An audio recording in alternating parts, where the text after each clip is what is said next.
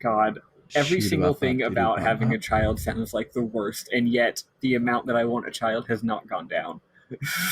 like not at all. Like it's Not like literally 0%, even though I still, like, every single thing just sounds terrible. yeah. Every single day, I'm like, wow, this is the worst decision I've ever made in my life. But also, I miss my kids, and I wish they would come back. Yeah, like, I'm just like, man, I am so excited to do this horrible, horrible thing that I'm gonna hate every second of. I'm so looking forward to it. Yeah. Unfortunately, the time when that happens the most is the days when they are complete and total assholes and you hate them, and then you put them down to bed and it's like 8:04 and you're like, I should go wake my kids up. I fucking miss them. You're like, God damn it. Like you just like want to throttle them all day, and then when they're finally gone, you're like, no, come back. I want to yell at you some more. I miss you. I miss yelling at you. I miss you being the worst.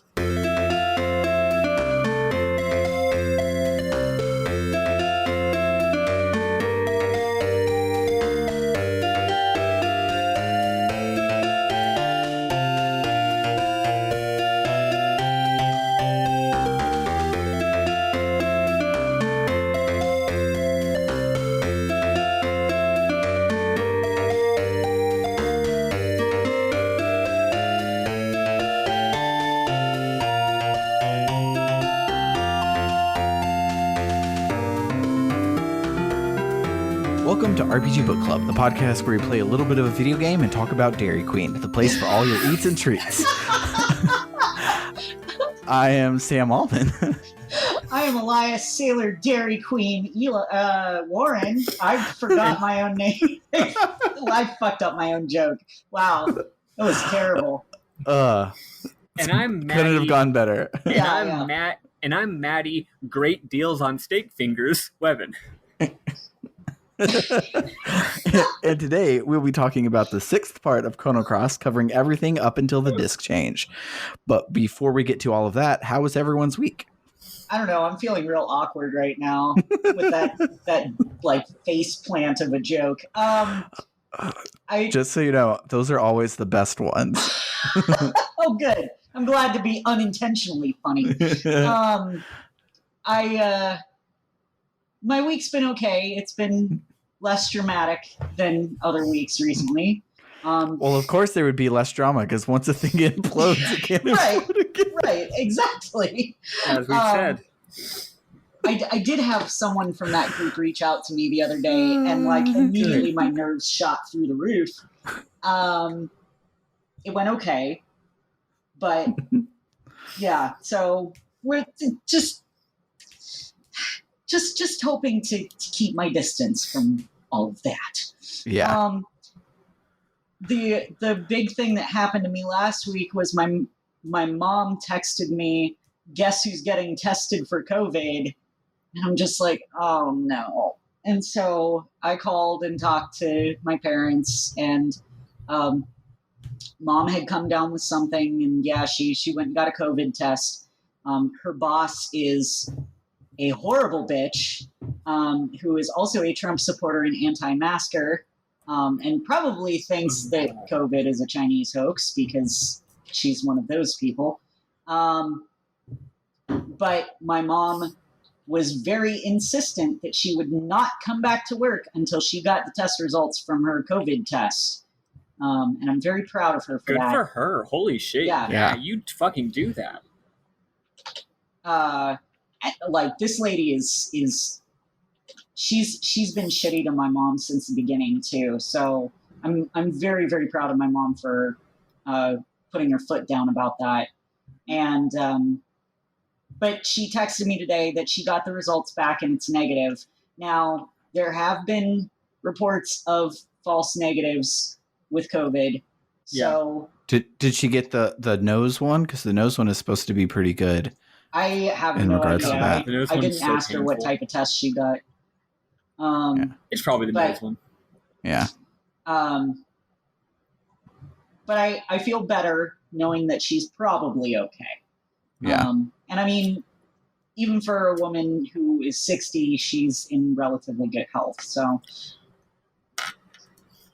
Yeah.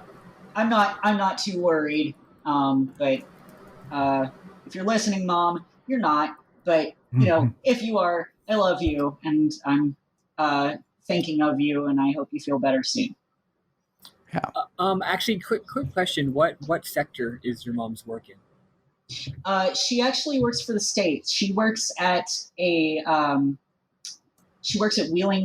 West Virginia Independence Hall, which is the original Capitol building back when Wheeling was a capital of Virginia. And it's essentially a small museum. It's a historical site, and she's basically the only person who works there aside from her boss and the facilities manager. And her boss has basically created a hostile work environment for her, which is just peachy.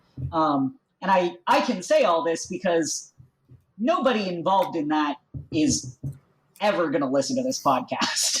Yeah. Well, it sounds like my parents. Well, it sounds like she sort of won this battle, but just so you know, I do want to go ahead and pitch this again for you and your mom, or for literally anybody listening to this. If anyone finds themselves in a similar situation, you should definitely check out the Emergency Workers Organizing Committee, which has the nice little acronym EWOC, which is cute. The Emergency Workers Organizing Committee is a broad organization that a lot of different organizations sort of came together to create, that connects workers, especially unorganized workers, with resources that they need to fight against their boss for workplace safety. It's workerorganizing.org. So whether or not EWOC could help your mom or anybody else would depend on the situation, of course. But I just gotta plug that EWOC is doing great work. They've been helping lots and lots of workers, especially unorganized workers, to do what they can, right? To do what they can, access to resources, access to like financial resources, legal resources, and just strategic resources to do whatever you can to fight in the workplace. So fuck all bosses, but especially fuck that boss. And anyway, check it out if you think that it might be helpful to you. Thank you very much for that, Maddy. There's also like rules where like they have to take people's temperature as they're coming into the building, and my mom's boss told her not to do that. There you go. EWOC can help with that. Yeah, my mom was put into a position where she was like, I have to do this, but if I do it, then boss is going to get mad at me. And it's really shitty. And like I've talked to my mom about, reporting the hostile work environment and that sort of thing, and that retaliation is illegal, and her response is, just because it's illegal doesn't mean it won't happen. I'm like, yeah, yep, I know. Yeah, hit up EWOC. Yeah, seriously, do it. It'd be really cool if they could help. Speaking of Ewoks, which are space creatures, what I have done this week is played and beaten all the way to completion 3 Metroid video games. I was listening to friends of the podcast, OG Plus Cast, and they're covering Metroid Prime. And as they were so they're covering Metroid Prime, and Melissa has recently beaten Super Metroid as her first ever Metroid game. And so they, of course, are comparing the two like backwards and forwards. It also helps that Metroid Prime is pretty much a remake of Super Metroid without it being an actual remake of Super Metroid. Yeah. And so them talking about it so much, I'm like, you know what? I've played several Metroidvanias, and all of the like things that they changed to not be sued by Konami or Nintendo make me not like it as much. And so I should just go and play the OG and do that. And the only one I had handy was Metroid Fusion. So I played Metroid Fusion, and I didn't like it that much. Bernard says that that's blasphemy, but yeah, it's a terrible take. But I'm not going to say anything. Yeah, yeah. It was incredibly linear, and it added narrator as well as gave Samus dialogue. The narrator in the dialogue is very much the vibe she has in Other M, which I despised. So she's pining after a dude the whole time, and I did not like it whatsoever. I mean, I liked it a lot. I enjoyed the shit out of it, but I did not like the story of it. So it didn't hit the spot that I was wanting for Metroid. So I picked up Metroid Zero Mission, and that hit the spot perfectly. So when you finish Metroid Zero Mission, which is chronologically the first game because it's a remake of Metroid 1, you then need to go into the very next thing that happens, which is Metroid 2. So I played its remake, Samus Returns, which is phenomenal. The new final boss that they added is not that good, but the rest of the game was like, I had just finished talking with Maddy the night before about how I really liked Fusion and Zero Mission, but like you can't really make a fun boss in 2D because they kind of just are find the weak spot and dodge all of the bullets, and that's it. And then Samus Returns was like, hold my fucking beer. Here's some of the best goddamn boss fights in any 2D platforming shooter, period. And it was like amazing. And I then started Metroid Prime today. So I apparently have a type, and that type is Space Bounty Hunter. So yeah, love those games. They're all very good games. Nice. Yeah. What did I do this week? Well, I got my PS4 back, so I've been playing a lot of Final Fantasy 14, which is always lovely. I'm currently at level 25 as far as the story quests. Like, I'm doing the story quests that are level 25. I'm level 41 at fishing, because I really like fishing. It's a fun time. You also gain experience points real fast as a fishing. It's a great game. I mean, I don't know what to say about it. I mean, there's already been so much said. It's wonderful. I love it. I'm being a little bit more responsible about it this time. It didn't take over my life like it did like 3 weeks ago, but I am playing it quite a bit, because it owns. Anyway, other than that, I don't know. Life is, I don't even know what I did this week. Life is normal. It is what it is. The government gave me $600 for no apparent reason. That's actually not true. It's not for no reason. You remember how Trump signed an executive order that is like extremely unconstitutional, but like definitely still a good thing to do, and like, I mean, like he did a good thing, even though he's bad. Well, the executive order was mostly horseshit, but it did like kind of make some money available to states if they can seize it. Which again, unconstitutional, but I already got my money, so good job. But anyway, California had to implement it somehow, and I guess they implemented it in some way that worked, where each worker or people who are already getting assistance, you can get $300 a week for up to 3 weeks, which I should say $900 is chicken shit for anybody who actually is like in a serious, like unemployed or in a serious bind due to COVID. Completely chicken shit. That's literally 1 month. That's literally how much I pay in rent each month, and that's it. But for me, who's in a pretty decent position, I got 600 of the 900. I think the other 300 is coming at some point, and it might go up to 1,500 later. I don't really get it, but I just noticed the charge pop up on my California welfare card. I noticed that there was 600 extra bucks on it, and I was like, oh shit. And it hasn't been publicized in the news or nothing, but yeah, I don't know. If you live in California, look into that, because apparently they're giving out a rather piddling, but still, non-trivial amount of bucks. So that made me real happy.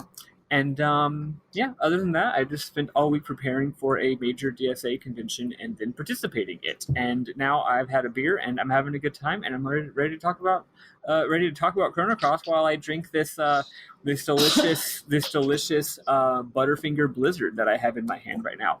Oh no!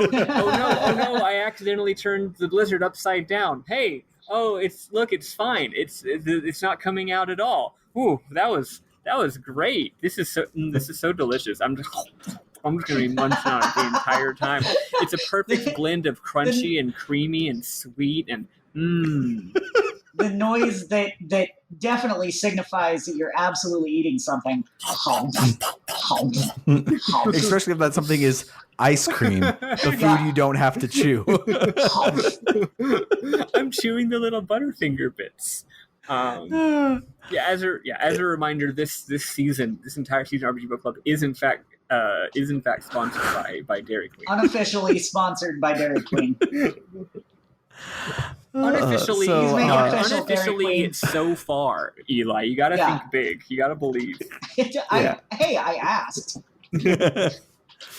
So let's listen to some boating music, and one of the two. I don't know which one yet, because I've already played one of them and I don't remember which one it was. Yep. And then we will talk about the plot to this game.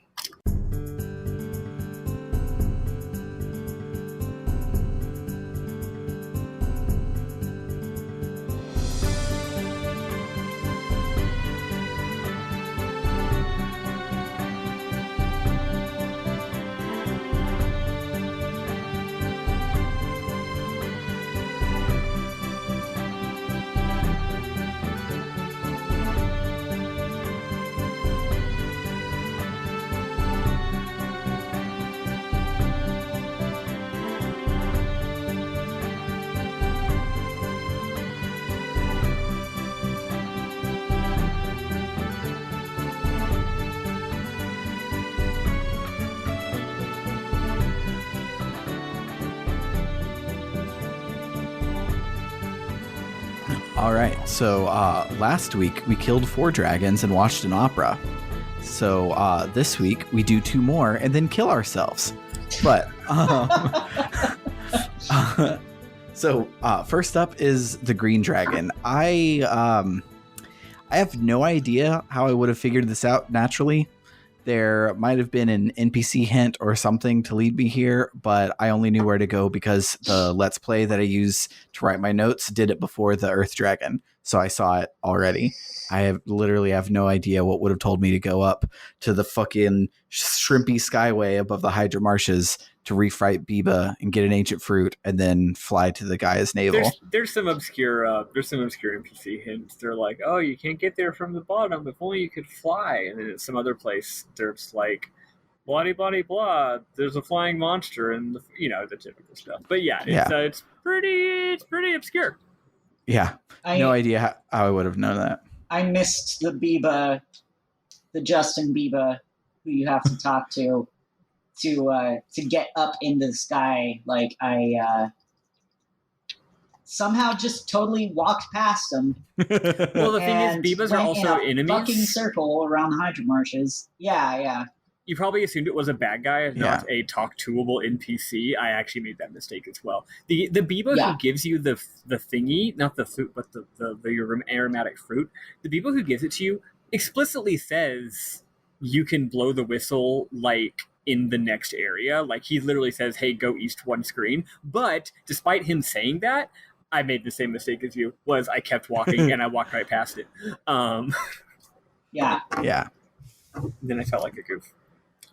So yeah, we play the flute, and instead of having to fight the dude this time, we get to fly, and we fly to Gaia's navel, to an untamed rainforest filled with a bunch of interesting creatures that have no one like them left on the entirety of the world, because there's none like them in El Nido, and there's none like them on the mainland that we saw in Chrono Trigger. It's a beautiful place. If only we didn't have to genocide all of them. Yeah, it's explicitly like this is prehistoric island, right?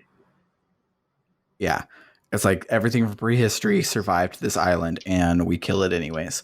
So while we're there, we meet the Isla reference in this game. Didn't know how they were going to do it and being in the future and all, but they found a way. And it's a feral child named Leah, who is the youngest character. Well, the youngest human character, but we'll get to that later. Mm-hmm. And she has Isla's impeccable run cycle. And for some reason, she fights, but in 3D. But she fights with an axe, even though fists are a weapon in this game. A lot of characters fight with fists. but Leah doesn't. She fights with an axe. She's super strong and super cool, and hasn't been in my party since, because Link's Fargo Earnest is just a really good party, and I can't stop using it. Won't stop. I have actually had Liam. I named them Liam and decided that they are them now. I just decided that. But anyway, I've had them in my party ever since, except for the one time when I had to have 2 specific other characters. But yeah, they're real good.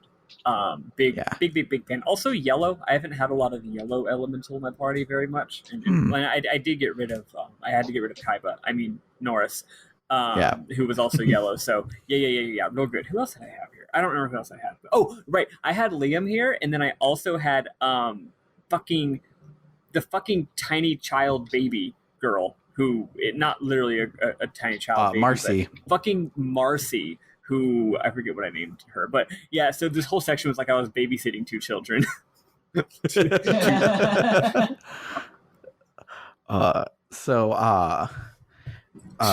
Liam also sees real us. good. Yes, Liam sees us come from the sky, and they ask if we know their father because their grandmother says that father went to the sky, and we're like, that's rough, buddy. Who's gonna tell him about death? Bring it to you.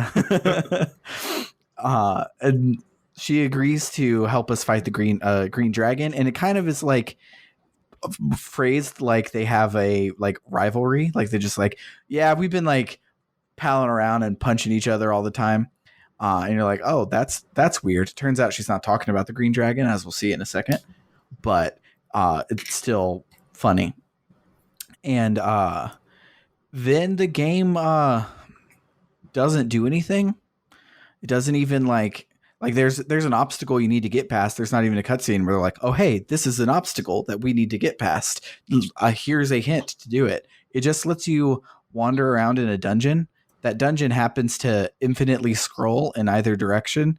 So if you're like me, who is trying to play fast, so you're dodging all the fights, you get real frustrated trying to figure out what the way forward. But it turns out it's a goddamn bloodlock. You progress by exterminating each and every one of the endangered species that only exist on this land that's inaccessible to humankind, a bastion of rare indigenous life. It's a little on the nose. Yep. And in case you're wondering, having to do 2 bloodlocks where we commit genocide in a row is the text, not the subtext. We'll get to that in a second. Although in our defense of last week's blood genocide, those were ghosts. Yes. we were doing double ghost death. Yeah. Yes. we genocided already dead people. Jeez. Yeah. Who are we, Lord English? Anywho, so once you make yourself okay with genocide, you can progress to the center of the island towards the green dragon. I really was hoping for a pacifist run. Yes. I wanted to befriend all the monsters, but I'm too much of an Undertale boy. That's my problem. Yeah. Eli, by the way, you should play Moon for the Switch. Sure. And we talk about it all the time, but Toby Fox made Undertale because he liked Moon. Anywho. On your way to the green dragon, you're blocked by none other than a Tyranno, which looks real dumb in this art style. So dumb. Like every Tyranno we faced in Chrono Trigger was cool, very awesome, A+. This one looks like the fucking T-Rex costume that everybody wears. Oh yeah.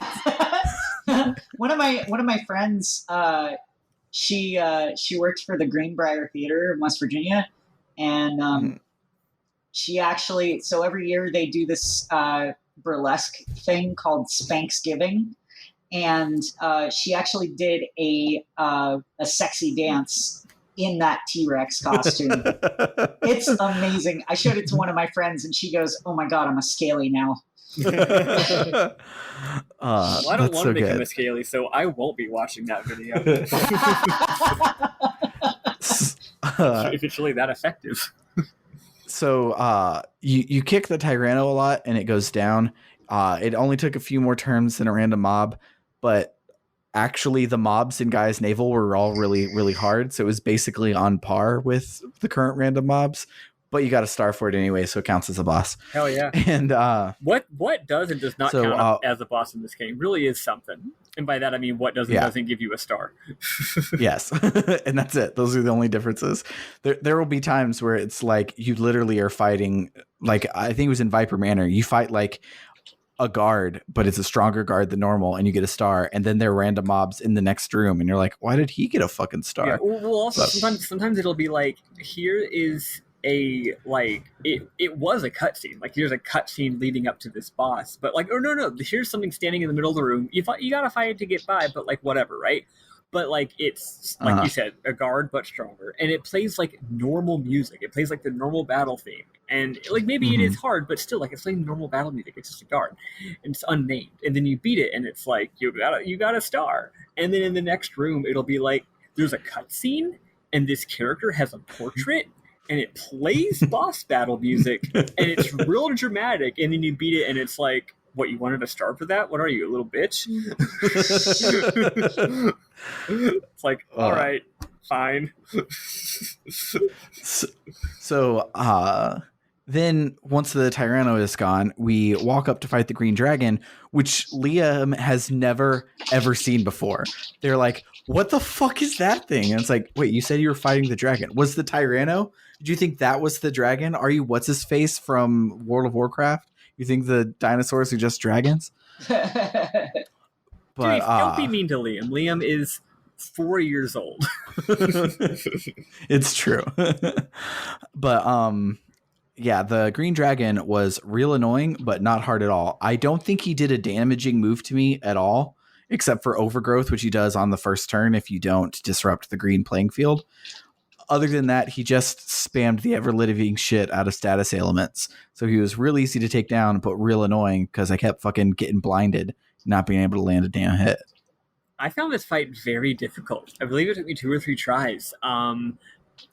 What? Are you shitting me? Yeah. Maybe just. Well, I didn't like die, but I did like run away from the fight because I felt like it was going badly, and I rejiggered my equipment. I maybe even done that twice. I don't know. Maybe it was my party comp, but the hits were hitting me good, and the status effects were really getting me. And instead of just ignoring them or healing, instead of just like powering through, I actually had to like, okay, I'm going to build my team in such a way that I can try and avoid these status effects and mitigate them. And I was having to field control, although I did get him into a loop where every fucking turn he was just doing like green field, like the spell that turns the whole field green. He just wanted it to be. I think he was getting stuck in an AI loop where like his AI was saying you have to cast this really nasty spell, but in order to do that you gotta turn the field green first. It wasn't a summon, but I think it was just like you want to get max power. The move was Overgrowth. It's the second highest green spell. Right, and I didn't want to get hit by that. So we were just in this fucking field battle for ages, which meant it was grueling because I wasn't getting in hits because I was just trying to keep the field from being green because I knew they were going to do that. And eventually I was just like, fuck it, just fucking hit me. Like, I don't actually remember what ended up happening, but eventually I did beat it. But I found it a rather grueling battle, actually. I think it took me 2 tries, but the first try I didn't like lose. I like aborted it partway through. Okay. Which happens a lot in this game. You start a battle and you're like, okay, my current composition is not going to work. Hold on, let's hold back the fuck up for a second. Yeah. What happens almost all the time for me is because we've had several like required characters to kick off a side quest recently, and so I'll start the battle, and it's like, oh hey, Riddell has never been used. She has no equipment and no elements, and I have no idea how she plays.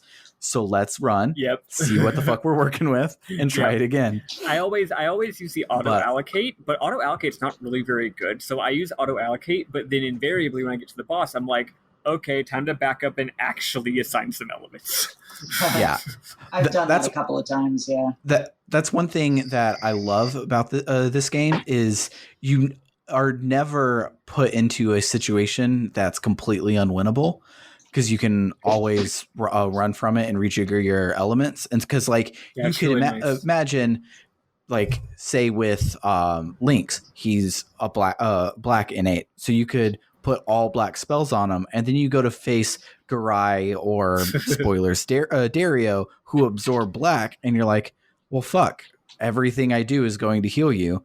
I'm going to just die and take the game over. You can run away and put on all white and then fucking slay him like that, and it's real The easy game is and a real little cool. inconsistent though sometimes. Annoyingly in this part, you can back out of the fight and rejigger your elements, but you can't leave the area.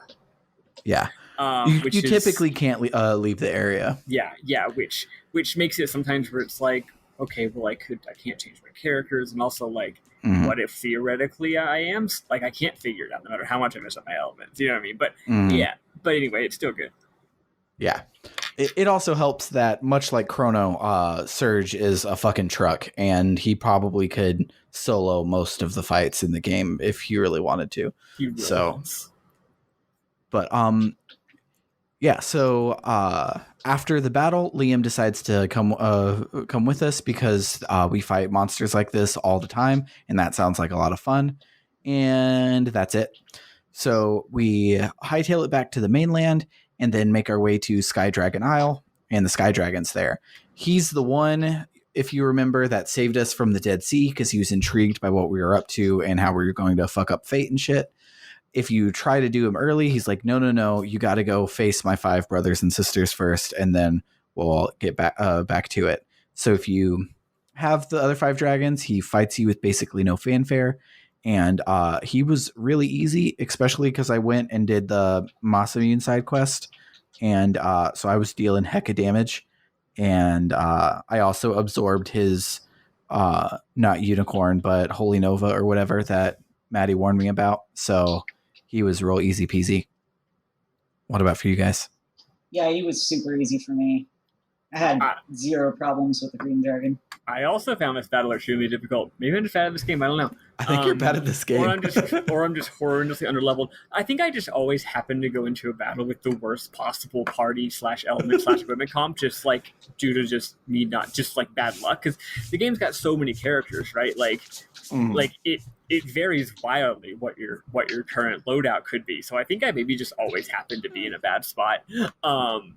But yeah, no, it took me a couple tries. I spent quite a bit of time in menus. I ended up piecing out and going and doing like a supply run, making sure I got better equipment, crafted the best equipment. I went to Marbule to get all the trap elements. But it is wild how the trap elements, like the fact that you get the element isn't even as important as the fact that you stop them from casting it.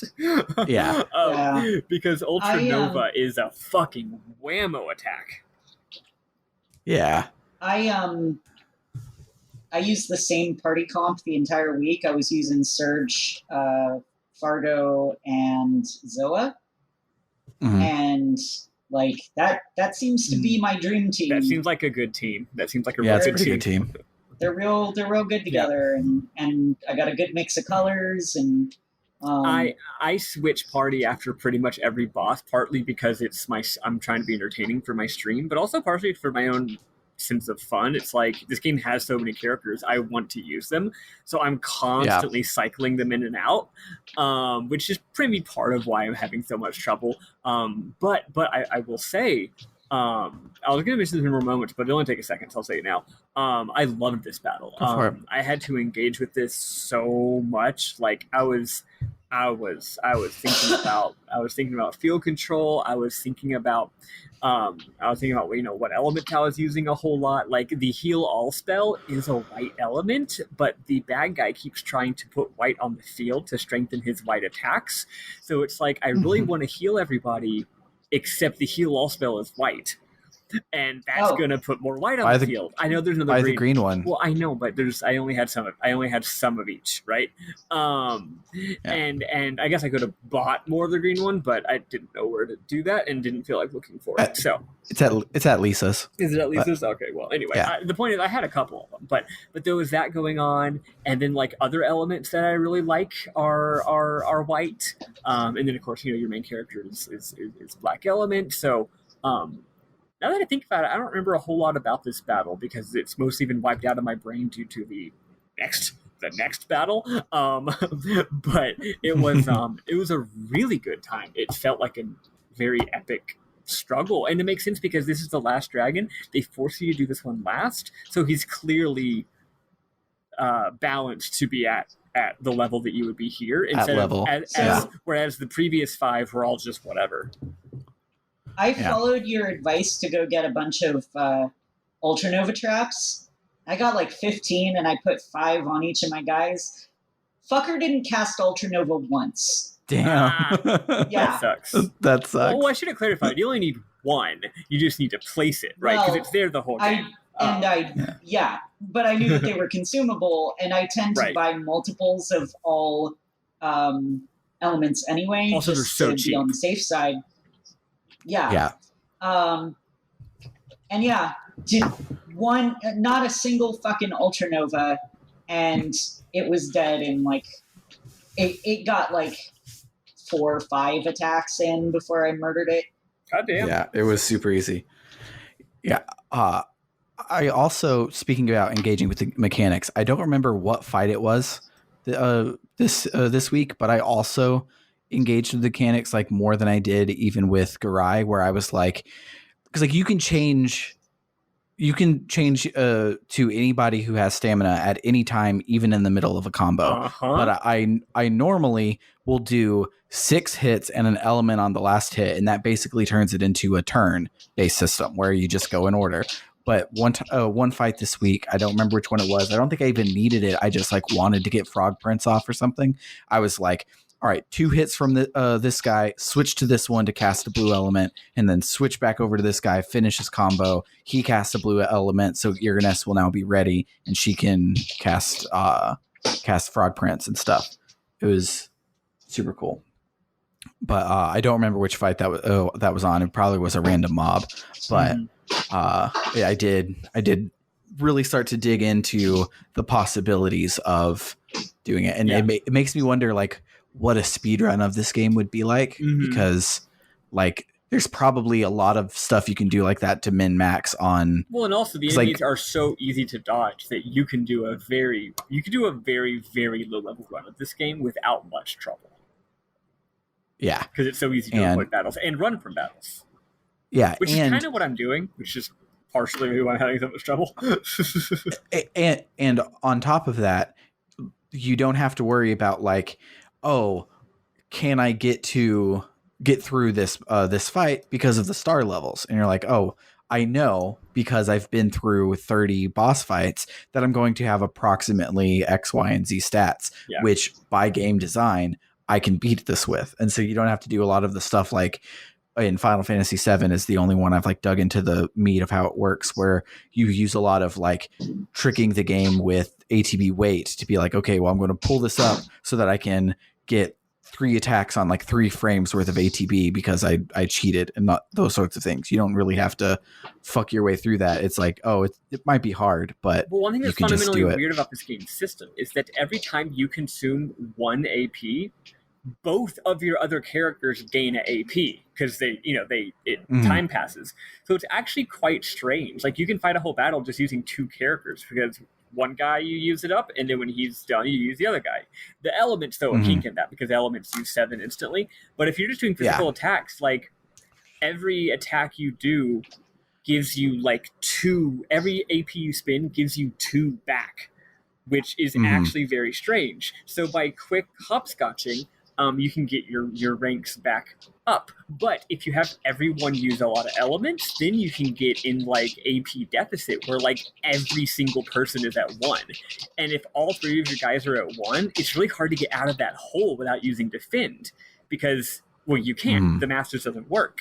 And I got into that fight I got into that problem actually with the fight against Dario later. But anyway, the math is all quite interesting. I would love a version of this game that's like more boss battles, less mooks, and more consistent difficulty level. I would play the shit out of that.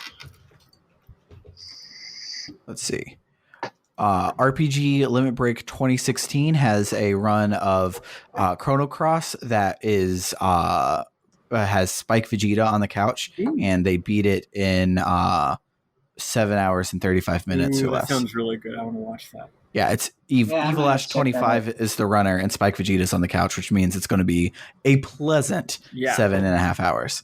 Yeah. But yeah. Anywho, so we beat the Sky Dragon, and he tells us that we can pass through the pearly gates and cross dimensions, which is false. None of that is true, but he actually means to use the Dead Sea, because he talks about the Dead Sea in like metaphorical terms. He's like, oh, the Dead Sea has been broken and the things are worn thin, and that's your plot hint. He then says in non-flowery language, now you can cross the pearly gates. So if you're like me, you do the wrong thing and then look up where you're supposed to go. But as you may remember, Harley told us that not only do we have to get the 6 dragons to cross through the pearly gates, we have to get our body back, or the Dead Sea will just kick us out anyways. We gotta get our body back. Sorry, I make that joke every single time. We also heard from someone, and I really, I racked my brain. I cannot fucking remember who said that we had to take the Dragon Tier to Fort Dragonia to get our body back. I remember knowing this from a cutscene or an NPC. No idea who said it. Shout out in the comments if you're the one who said it. Another world version of Goldove Priestess Lady, because if you recall, the Dragon Tier was stolen from them to begin with. Because I hadn't done that at this point yet. I do that here in a second. Earlier, that conversation happened in a plot cutscene. That very first one? Maybe it was that long ago. I felt like it happened like 2 weeks ago, but who knows? Who fucking knows at all? I don't know anything. So, you also, by mentioning the Dragon Shaman, took the piss out of this joke I'm about to say, but I'm going to say it anyways because solidarity with Eli. Yes. Stick with our jokes even when they don't land. Face planting on jokes. Yes. Friends. I did it again. Real bad at this. So let me start over, and I will cut this out, by which I means I will definitely not cut this out. So we also heard from someone, I really can't remember who said the Dragon Tier would be the key to getting our body back. If only we knew a Dragon Shaman somewhere. Turns out we do, but I had forgotten that was their fucking title.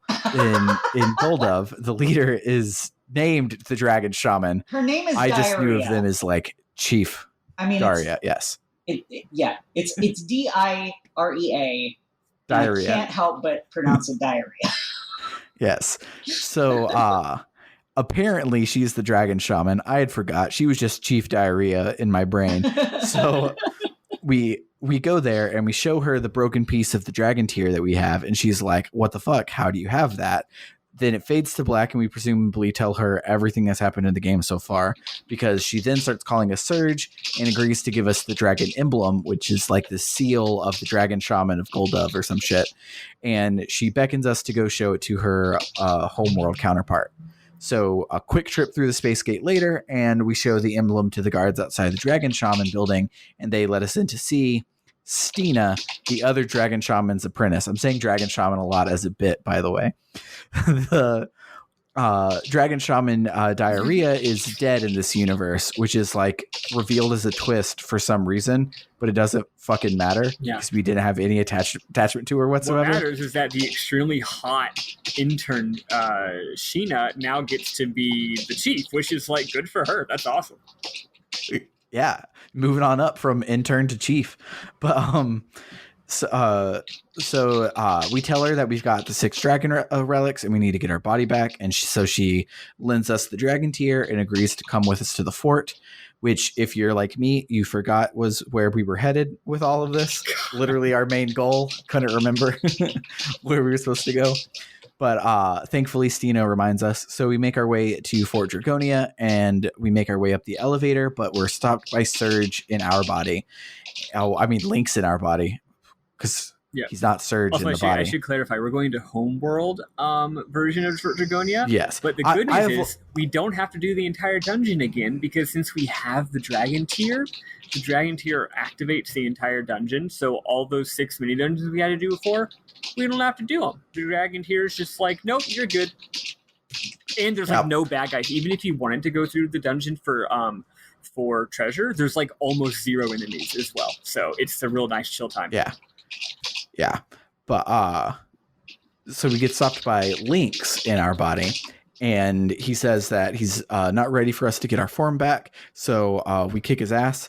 I had absolutely 0 trouble with him. I even forgot to equip the black plate to cheese the fight. But Eli and Maddy both seem to have some trouble. So what was he like for you guys? So for me, he had dumps like a truck. He hit like a fucking truck. Like Yeah. So I didn't put any of the plates on, first off, because I didn't have think any. to. I have all of them because I have Fargo in my party, and I stole from each of the dragons like first thing when I attacked them, because I was like, if pillage doesn't go off, then I'll just run away and come back and get the plate. Turns out that the plates, when you wear them, they completely absorb all the damage from that color element and heal you, which is fucking incredible. Yeah. So at first I didn't have any of the plates on. His feral cats was hitting for like 200 on each of my characters. And that's the first one he does. And that's not even his highest level one. Yeah. Like his physical hits are kind of piddly. Like it's like getting paper cuts with lemon juice in them. It's really not that bad. His magic is fucking insane. And so like feral cats did around 200, and then like he does a volcano that does an insane amount of damage. And then if he gets to do I don't remember what it's called. Your Lynx has it. It's like fucking like it's like erase all existence, or like the flavor text is like bring, like it's like annihilate all of existence. I'm like, that's hilarious. That's something Lynx would do. Yeah. Yep. That one just like it brought most of my characters into the red, and I think it killed Fargo at that point like a couple of times. And so I like after a couple of tries, what I had to do was I had to run away, and then when I started the fight the next time, I used diminish. Like I let him do feral cats because I wanted to heal up Fargo, because he was wearing the black plate. He had the least HP, so I was like, I might as well give it to him. So I let him do feral cats normally, and then I used diminish, and then I just wailed on him. And that did the trick. And diminish lasted a lot longer than I expected it to. Yeah, diminish is really, really good. I'd use that for the white dragon as well. Like anytime the bad guys are hitting you really hard with magic, you're just like, pop a diminish on that bitch. This battle I got completely owned, but then as Eli did, I ran away. I did a little runaway with me, and this is probably the most time I've spent contiguously in the menu at one time in the entire game so far.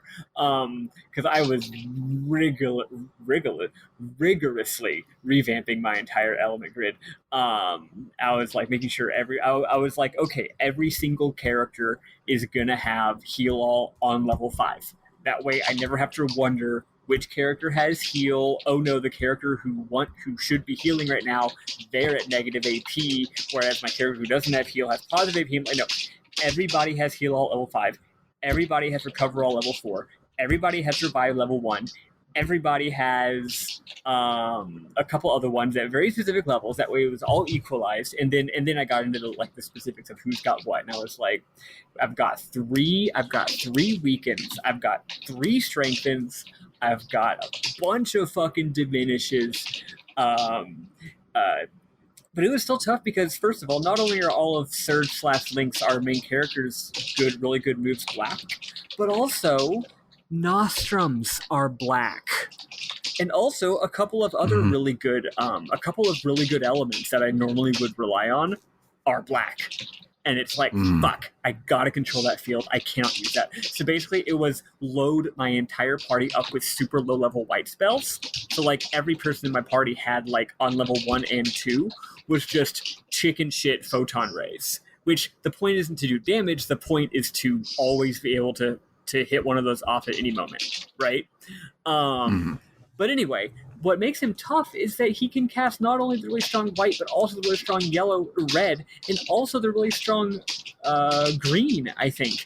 And the thing is, those spells, you have to be that color to use them. So he is cheating. Like that spell, you can't cast that if you're not red. So he's casting the really good red and the really good white and the really good green. And I'm like, fuck you, you fucking cheater. Anyway, it was a hell of a fight. But the funny thing is, after I spent ages in the menu getting my elements right, I did beat him on my first try after that. And it wasn't easy, but it was pretty smooth sailing. Like, I was just happened to be on my game, keeping track of things, and I managed to beat him. So I felt really good about that fight. I think this was the fight I was talking about earlier, where I was engaging with mechanics, and that's probably why it was easy, is I was doing more of like, oh, I need so-and-so to revive. I'm not going to spend 14 stamina to get to their turn like I normally do. I'll just do one attack so they have one stamina, and then they'll just pop off a revive and stuff like that. I think this was the fight I did it, which is why it was pretty easy. But also, I have the Pendragon Sigil Mark C on Lynx, which makes his attacks do the damage of the most recently used element, and that and therefore they are buffed by the field color. So I let the field go black because Irenaeus's magic is so high that like even the lowest heal all spell on level 3 will heal everybody to full. So Lynx would be doing black damage anyway. Your attacks are not imbued with elemental damage. Are. They are not. That's what the item does. You might get a buff from it, but the damage that you do is not like you being innately black might be getting a damage boost because of it. Maddy, it's not. That's what the item does. Didn't you say that it makes it be the most recently used attack, so that can make it other colors as well? Yes, but also Lynx can punch the black dragon, and the black dragon absorbs black. Maybe so it's not innate. Anywho, I'm confused. Either way. Oh, sorry, this is unrelated, but I do need to share one really important point that I forgot to say earlier. Sorry, a friend of mine gave me this tip, and it's been so helpful, and I'm so sorry for not sharing it before. Status spells, put them at the lowest level they go. It doesn't affect anything. Nice. So don't think, That's cool. I should put the status spell on the higher level because it'll like last longer. No, it doesn't. Put that shit on level 1. Nice. Good to know. Yeah, I should have It's not. It doesn't affect accuracy or anything either. Yep, I should have said that weeks ago, and I apologize. Nice. I don't use them. They waste a turn that I could be hit a lot with, and I haven't needed it. It's not like this game doesn't rely on it like a Shin Megami Tensei does, so I haven't been using them much at all. Anywho, so yeah, I let it get black, and it made my Lynx hit like 500 damage on a 3 stamina hit. So oh god, that's really sexy. I had no idea what that did, and so I've never used those. Probably because I'm an idiot, but it just didn't make sense when I read the description of what the thing was. Yeah, but me and Maddy also probably don't know what it does because we just had a disagreement about it. So it could literally do anything at this point. But anywho, after the fight, we make our way to the top of the fort, and we go to the room with all the dragon statues, and we place the dragon tier on the altar. A shining light then teaches us about the theory of evolution through the mural on the wall, and it goes through like 4 steps of just the theory of evolution, no differences. But then when it gets to approximately 65 million BC, it talks about how the dragons, the lizards, and the reptiles were all about to rule forever until Lavos came and caused the Ice Age, and then the apes came in contact with Lavos, which evolved them into humans. And I'm like, sorry, we were there. There were humans before Lavos fell, and then the light is like, I'm speaking metaphorically, because they were animals and part of nature before Lavos fell, but without their predator, they evolved, nay, transformed into capital H humans who, just like Lavos, began to devour the planet. And in the week where the smoke from the wildfires that are happening in Portland, Oregon have made its way to El Paso, Texas, this hits different. This hits way different in 2020. Yeah. And I'm like, well, shit. You got me there. I was there like, no, we were humans before. It's like, yeah, now you're humanity, so you're a virus. Fuck you. And I really liked that scene. Yeah, this whole game they've been toying with like, man, humans sure stink, huh? And now they tie it in with Lavos, and they're like, no, like, humans don't just suck. Humans are doing the thing that Lavos does. Humans are doing endless growth and endless consumption. They're consuming the planet's energy for their own benefit, just like Lavos does. And I'm like, oh fuck! I love it. Yeah, it makes the, and this is my read on it right now. I don't know if it'll become the text later or say other stuff, but the part that makes people mad about this game is 20 years after you save humanity in Chrono Trigger, everything that you've worked for has gone to shit, and thus the plot of Chrono Cross. But it's like, no, you saved humanity. You saved Lavos Mark II. And so humanity is the reason it is. Poor got too big for their britches, and they came to invade Guardia. And all of these things are humanity being an asshole because we saved humanity. And we, in a way, shouldn't have done that, which is kind of really cool. That's not a factually correct read, but it's a thematically correct read. Yeah. So after the history lesson, the dancing light from the wall goes into the dragon's tier, and it kicks off a really cool FMV where we see Lynx staring into the dragon tier, then becoming the Nirvana baby, then becoming Surge again. I was gonna say he looked just like the baby from Nevermind, or yeah, I have no idea. You might say that the game was you might say that the world was like, you're Lynx now, but now it's being like, oh, never mind. I thought you were going to say in utero. So we see stupid, sexy, naked Surge, and then the dragon tier, thus used, shatters again.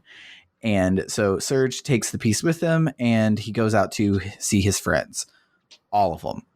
There's some lip service from, for me, it was Irenes. For the Let's Play, it was Stina. So it's party member number 3, who says that now that you have your body back, you'll be able to convince all your friends that you're not that evil dictator that's going around killing everyone, and it's fine to join up with you. And so what that means gameplay wise is now both of your parties are united, and you have some 40 fucking characters to only choose three from. But then, of course, since you don't have Kid right now, only one character can steal. So you really only have one spot to choose from 39 different characters for. So you have Fargo and then someone else. Yes. But Stina says that something amazing will happen if we bring both pieces of the dragon tier back together. But what she means is there is a quest that you can't actually do yet, so don't listen to her and just go change the disc. She says to go to the Divine Dragon Falls. Where is that?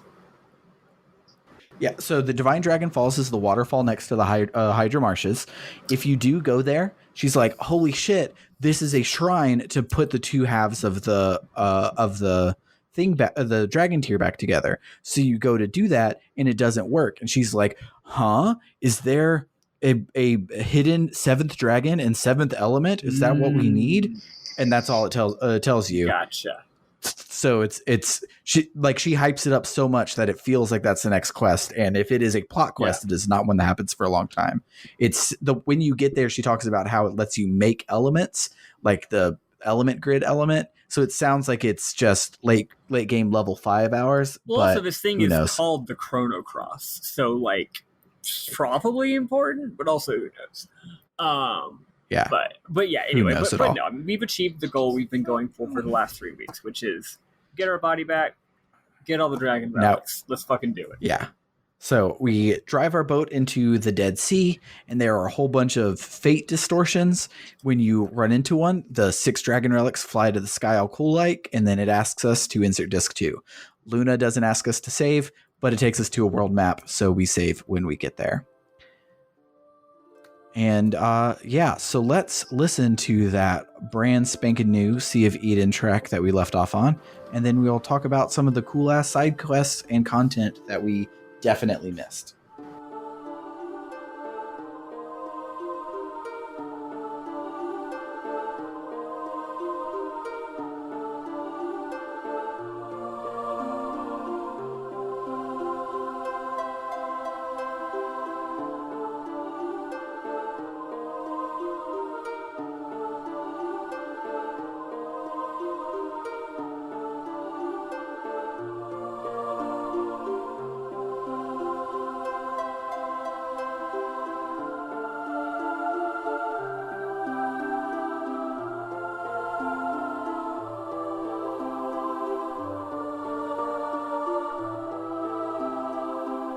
Okay, so some characters that we can get this time, which are actually, in fact, the last characters you can get in the game.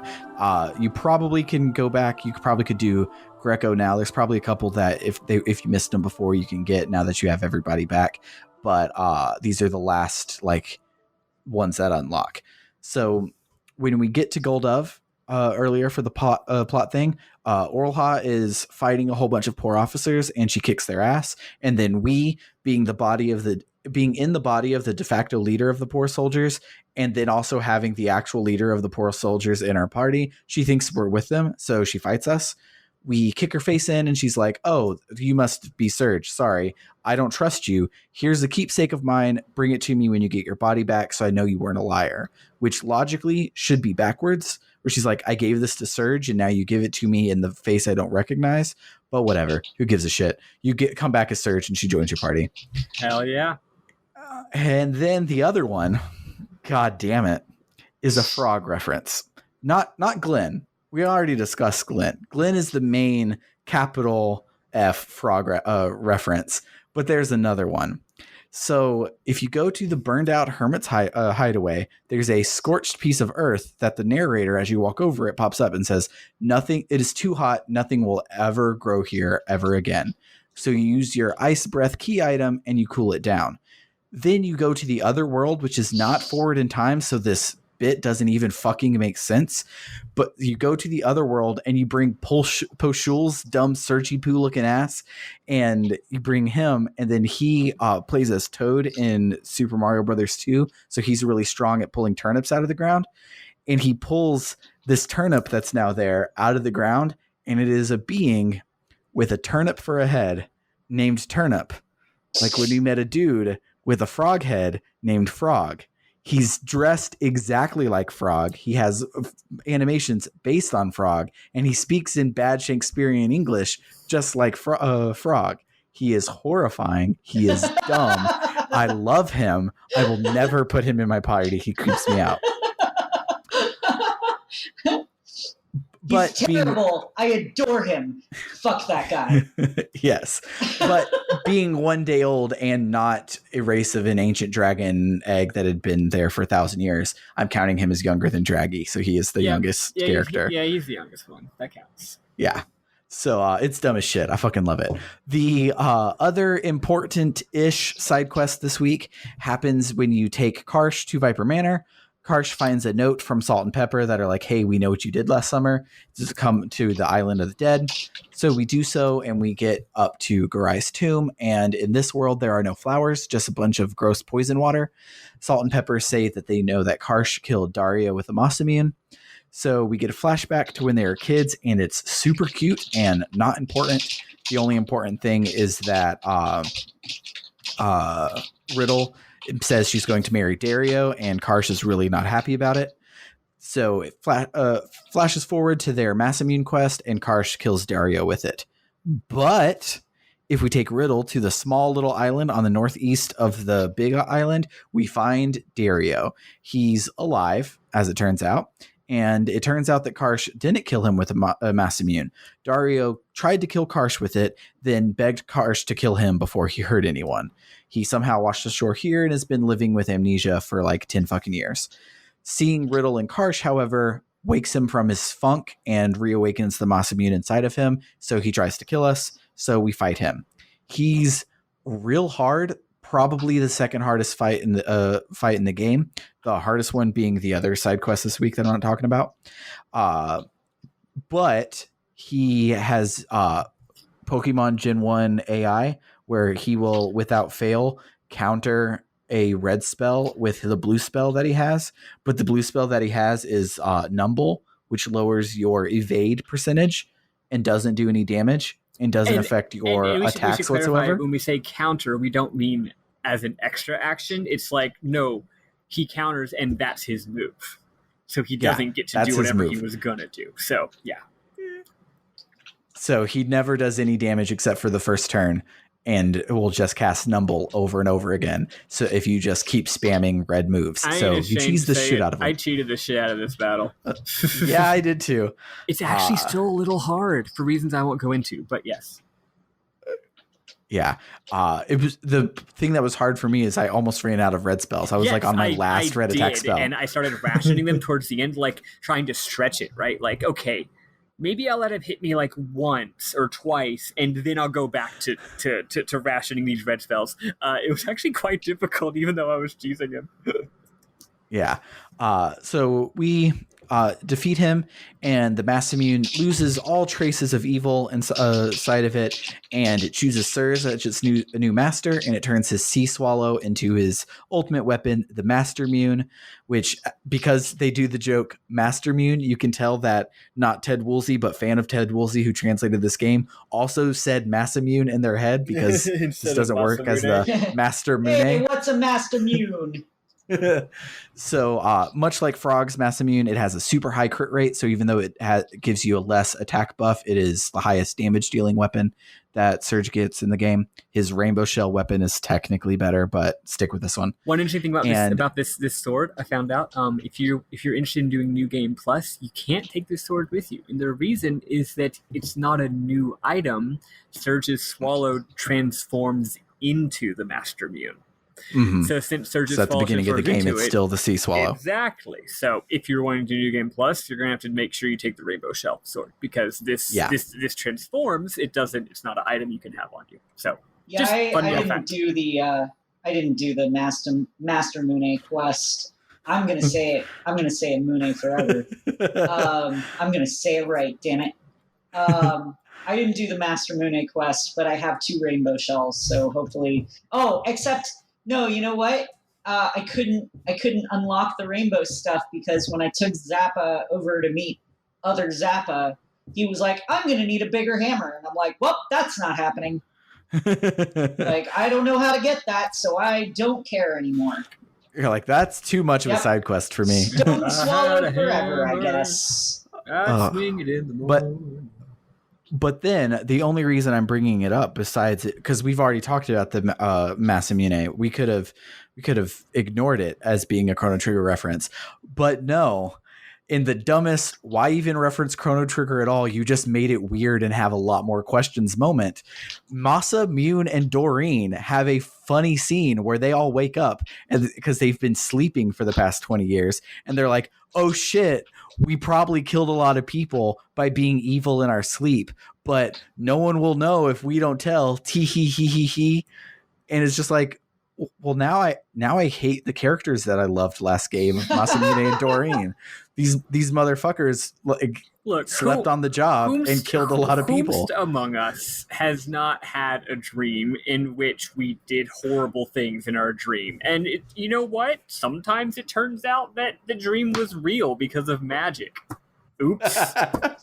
That's true. It happens all the time. Happens Literally all all the the time. But yeah, so we see our homeboys. We don't see them; they're just a voiceover. But we see our homeboys, Massamune and Doreen, have a scene, and it's dumb. But Dario gets his memory back, and he vows to rebuild Viper Manor, which surprisingly he does. Which is a cool little density modifier for this game. Like every star level you get, you can go back to Viper Manor, and he's rebuilt more of it. The first thing he rebuilds, which is really cute, is the playground. So like kids from Termina are outside playing, and if you talk to Dario, he's like, "Yeah, the first thing I rebuilt was the sandbox." It's like, "Oh, you big softy." That's adorable. But yeah, that side quest is pretty dumb. Once you get everybody back, there's a shitload of density content. I haven't done any of it yet, and the Let's Play didn't do any of it. They'll do it all on disc 2. So we'll get back to everything you can do right now, but you have a party of 40. You have both Nikki and Miki in your party if you're like me. There's a lot of shenanigans you can get up to at this point. This time around, I did not do this stuff because I knew it wasn't a PNR. And also, because I had so much trouble with the bosses, it actually took me a surprising amount of time to get through this week. I'm looking forward to doing most of them, but yeah, I didn't do anything except for the Master Moon quest this time around. Yeah, me dosey.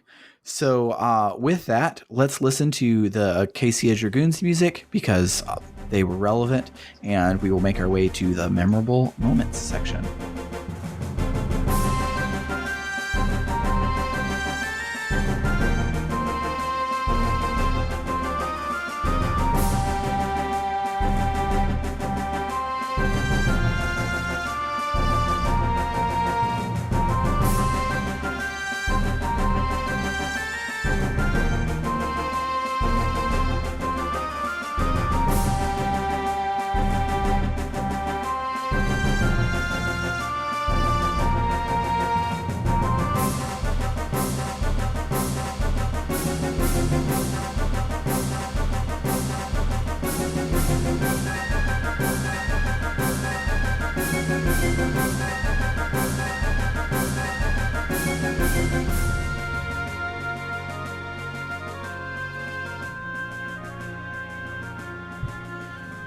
Cool. So, I have a couple. Speaking of that last quest, when you're flashing back, there's a scene with all the kids, right? And Riddle brings like fucking flowers for everybody. It's real dumb. But Glenn is like, "What'd you bring me? Did you bring me churros?" And she's like, "What?" He's like, "I'll do anything for a Viper churro," or something like that. And it's fucking great. I'm like, "Oh hey, I'm in this game." Hell yeah! But I have an actual large amount this week, so someone else can go, and I will come back in later. I gotta get mine ready. Sorry, Eli, you go. Yeah. I don't really have any memorable moments because I think I skipped out on all the fun side quests that. Yeah. I have one that I can share while I'm pulling up my computer to get the other ones. The one I can share is that if you go, so like Sam was saying, in the other world, Sult and Papur are like, "Come to the Isle of the Damned," and then when you get there, they're like, "We know what you did," all that kind of stuff. If you go to the secret island in the other world, you go. It's the same thing. You go into this beautiful little forest, and you go to this little hut, and there's no Dario in there because if you recall, in this dimension, Dario is dead. I mean, fucking probably. In this dimension, he's probably dead. Yeah, it is. The storyline's slightly different, right? But anyway, in this dimension, he's dead, and you there's these guys in there, and they're literally just they're just no one. They're just NPCs. It's just their house. Oh no, there's like these military guys. There's these poor military guys who I guess are occupying this little place. Maybe they're doing like, I don't know, like they I guess they don't have the Fourth Amendment in this world. Is it fourth? I don't fucking know. The no quartering of soldiers. I don't know. I got the joke. But anyway, they're talking and they're just like, yeah, great. I forget what they say, but basically what they imply is that this soldier who's quartering there came with two other guys, and the person whose house it is like, yeah, this soldier is a lot better than those other guys. And basically they give the impression that the other two soldiers were really fucking annoying. And after a little bit of thought, you realize, oh, they're talking about Sultan before. That's funny. Also, since this little house is presumably the house where I guess it's like maybe Dario's fucking villa or something. Maybe that's how Sultan Kapoor found out about the backstory, was they were like investigating this house and found like a diary or something of Dario's. But I just love how some random NPC that we don't know is just like, God, those guys were so annoying, which is cute. Other thing I want to mention is, did I already forget the other thing I was going to mention? I just love the trope of actually it was Dario who tried to murder Karsh, but Karsh never told anybody because he had to defend his friend's honor. I love that. It's one of the best tropes that there is. It's a pretty darn good one. Like your dead friend did a bad thing, but you're keeping it secret. It's good. Especially because Sultan Kapoor were like, we know what you did, and he's like, I didn't do anything, but I can't explain what it is. I can't explain why, right? Let's see. The Please Insert Disc 2 screen, I really love it. It reminds me, it's kind of a weird reference, but it really reminded me of 2001: A Space Odyssey. Have either of y'all seen that? No, yes, but I know enough of the references. This is a pretty obscure one, but anyway, I wouldn't know it myself if I hadn't seen it in the last year or two, but 2001: A Space Odyssey Act 2 goes into an intermission, because it's back when movies had intermissions. Actually, that's not true. Act 2 smash cuts into Act 3. The intermission's halfway through Act 3, which is a weird place to put an intermission. But anyway, Act 2 ends with them going to the monolith, and then on the moon, and then the monolith just starts emitting this high-pitched screech, and it's fucking loud. If you're watching it in a good theater, it'll be the loudest thing you've ever fucking heard. It's not pleasant, and the characters in the movie are like, holding their ears, it's so loud, and that scene doesn't resolve. It's just like, it's loud, it's screeching, everyone's in pain, and then it smash cuts to Act 3, which is like, years later or whatever. And this reminded me of that, because you go to the sea and this bright light shoots out, and it's a very piercing, screechy kind of sound effect.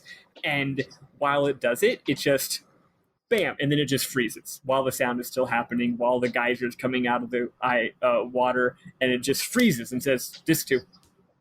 And I thought it was really hip. It was a really chic way to do that. It's not how you normally do a disc break. It wasn't really an act break. It's more like okay, let's fucking go, right, sort of break. And let's see. I have a few more things. I like how Diarrhea says that as long as we're human, people sometimes become lost. I thought that was a sweet line. Let's see. I don't get why I screenshotted that. Yeah, I know. Oh, right. Riddle, when you bring Riddle to meet Dario, she says, "This cannot be." Which I'm always going to think of that fucking line now, obviously. And finally, that final area where you fight Dario, again, I had a tough time with this battle too, because I did try it once before I decided to cheese it. And you can leave the battle, as usual, you can run away. But then I was like, well, what if I can just run away? What can I do? I don't know. And it's really funny because literally Dario is sitting there being consumed by darkness, and what's his name? Radius is sitting there, like in the middle of being about to fight him. They're in this like action pose, and you can just be like, all right, I'm going to run over here. You can just run to the right while they're just sitting there in middle of like we're literally frozen in the middle of about to fight each other pose, and you're just like, well, bye. If you go to the door to the house, it just doesn't open. You just can't go in. And if you go to the right, which would be exiting the area, it's just literally you just run all the way to the right side of the screen to where you're off. You're literally not even on the screen anymore. You're off the screen, and it just doesn't trigger the scene transition. So you can just run around, and there's no music or anything, though there are some nice forest sound effects. There's some fork. So the point is, I was just chilling. I was like, all right, I live here now. I'm just vibing. There's some foreground trees, and I got my characters to try and hide behind the foreground trees so that you couldn't see them, like a fucking Looney Tune. Anyway, it was a nice chill time. Meanwhile, those two guys are just staring at each other, consumed by energy, and I'm just like, hey, this is a nice place. This is pretty cool. Maybe we could. What do you think the land value is like? Right? You think we could get some construction? Think we could get a little condo here? Maybe we'll get a little summer home. What do y'all think? What do you think, Liam? What do you think about this? What do you think? Riddle? Should we just hang out here? Is that good? Anyway, it was. I thought it was cute and a fun time. You can do weird stuff in this game because of stuff like that. That's it for me. Yeah. So, another quote that I really like is with the green dragon. He's like, "Oh, you're trying to get the relics? Come here then." And so Link's like actually takes a step forward. And he goes, "Time for lunch," and then you fight him. It's just such a good action movie catchphrase. Then another one that I love is Fungai's last tech. He gets it because you go to his cave and he's like, oh shit, there's more Guardia mushrooms here. But he goes to try and eat it and they come alive. They're his fucking asexually generated spore children. Oh my god. And they're just like, holy shit. They're like, Dada, and you get his fucking last tech, and it's fucking weird, and I fucking love it. Grandpa! I'm not Grandpa. I'm not your grandpa. But then my last one is a doozy. Dark Surge has a bad design. There, I said it. I don't like it at all. He looks stupid as hell. His portrait is like several levels of magnitude worse quality than every other portrait in the game. Like it is like if someone was on RM2Knet back in the day and they're like, hey, I made this face sprite for RPG Maker in MS Paint, it would look better than Dark Surge's face sprite. Also, he looks like he looks like a wizard. He looks like he's wearing like a cowl. He looks like a dark wizard, even though he's not a wizard. He hits you with normal hits. Yeah, and I say that as someone who adores the character art in this game. I'm like, this is just bad. It's stupid. Yeah, he's trying to be cool. It's not working. It's so bad that in the art book there is no official nor concept art of Dark Surge. So the Let's Play has been linking everybody's art from the art book at the bottom of each page. And for Dark Surge, the best he could do is he found somebody made a paper craft of his model. That's hysterical. And that was it. That's all he had for Dark Surge. Even the people who made the game knew that it was bad. Yeah. He looks like he's wearing Lynx's clothes, but not in the way that Lynx wears them, because Lynx has a very good character design, and he looks like super proper and military. He looks like a Full Metal goddamn alchemist. He looks so cool, and Surge looks like he's a kid pretending to wear that outfit. He looks frumpy. He looks dumb. Looks like he's wearing a windbreaker and a fucking wizard hat. He's bad, and I hate it. And I hope that the Dragon Tier swapped our bodies back instead of just gave me my body back, which feels like there's two Surges now. We'll see. Don't know. But I hope that I don't have to look at Dark Surge ever the fuck again. Yeah. But, hate him. Yeah. Anybody else have any other memorable moments before we wrap this up? I'm good. I'm Gucci to Gochi. Cool. So that'll do it for the week. If you'd like a sweet and delicious treat, you should try your local Dairy Queen. And if you'd like to help us keep our lights on, you can visit us on our Ko-fi, where you can vote on the next game, which will, as we announced last time, will be either Breath of Fire 4 or Lunar the Silver Star. Or Dairy Queen could sponsor us, and that would help us. Keep the lights on. Has Dairy Queen made a game? Because if they have, we should fucking play it. We should play it. That'd be amazing. I know there's a Cold Stone Creamery game. No way. Ooh. But Cold Stone Creamery is definitely not sponsoring us. Yeah. No, they haven't talked about them at all. They are the enemy. We are. And this is a pro Dairy Queen podcast and an anti Cold Stone podcast. So if you have the Cold Stone Creamery game, take it out back and shoot it. Yes. And then after you're done shooting it, you should turn your gun in to the government, because there should be no guns. Yes, I agree. It's the last thing you're allowed to do with your gun before you hand it in. Yes. Y'all, there is a Dairy Queen game, and it's not what I expected. I was expecting like a mascot platformer or something, which, first of all, they don't have a mascot, but you're a Blizzard. Just like a big old fucking Blizzard. It's called DQ Tycoon.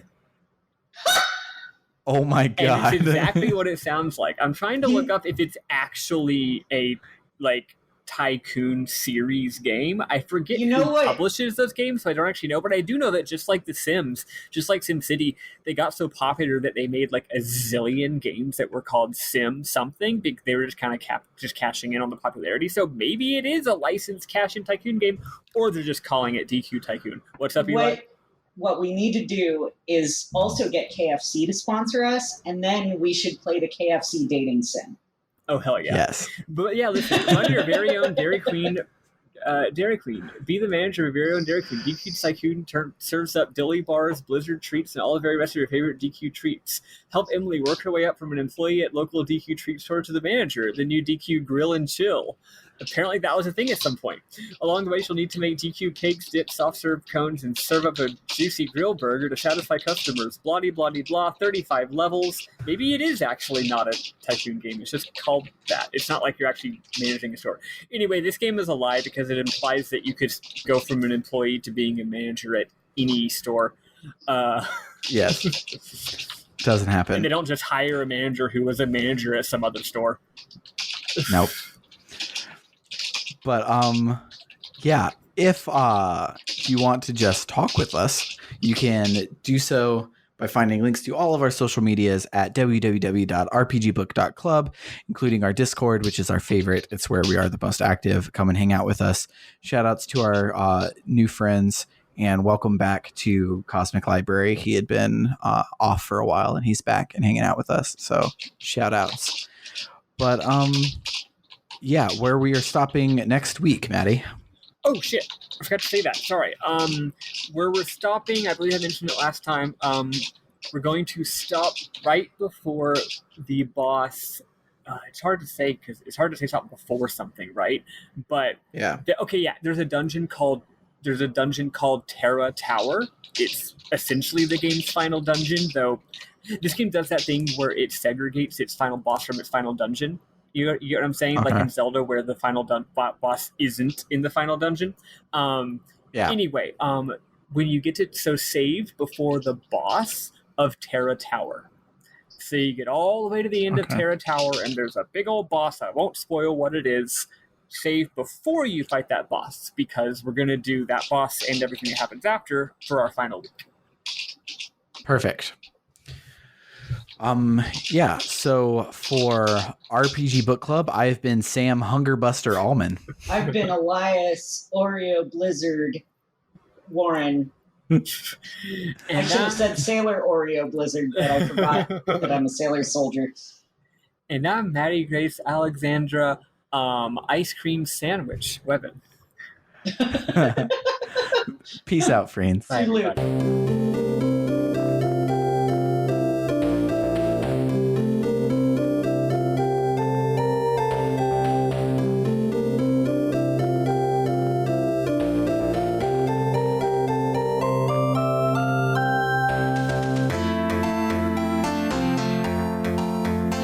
So, Clickhole is amazing, right? Oh, I love Clickhole. And one of their incredibly hit or miss segments that they do all the time are their misquotes section. So the best one they put out 3 years ago, as of 2 days ago, and it was like, no matter where I go, people will stop me on the street and ask if there's another one. Mike Myers on 9/11. That's so good. What I love about those jokes is that the punchline is usually the thing that they're talking about is the punchline. Yeah.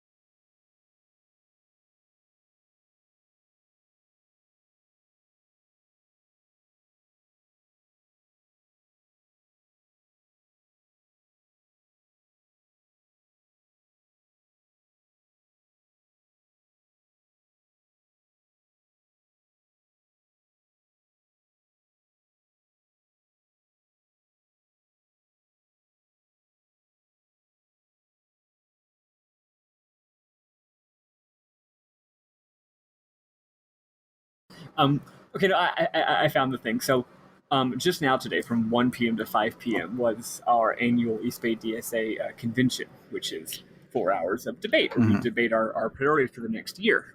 It's usually a pretty big deal. Had lots of prep, and this year, because it was on Zoom, of course, it had to be done a lot differently, right? But there were all of these priorities resolutions we were voting on. Basically, we were voting on whether or not we want to make this thing a priority, and guess what? We voted for everything, which means apparently our membership can't say no, so everything's a priority, which is annoying and embarrassing. But getting that out of it, the point is, people have been submitting what are called member position papers, aka lengthy essays about supporting or opposing different things, and they were all on our website.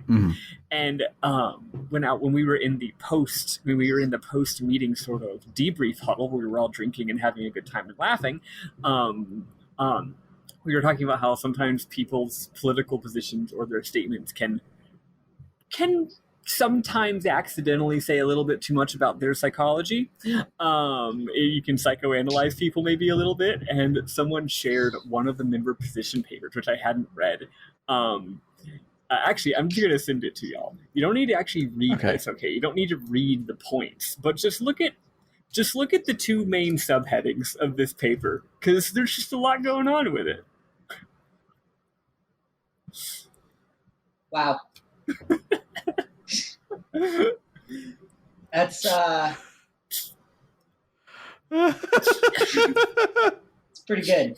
It's just very Freudian. And it's incredibly Freudian. Can we change this to logic? Can we change this to logic of capitalist erections? And this is someone who's opposing us, by the way, and my comrades in my group. And one of the people in my group was like, we should have written a paper refuting these arguments called like the case for a virile political party.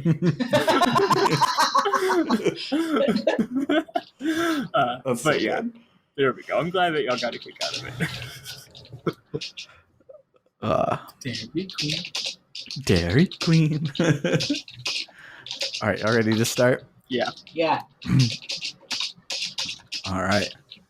This is kind of beefy. Let me go ahead and jot down a note of when we're starting. Cool.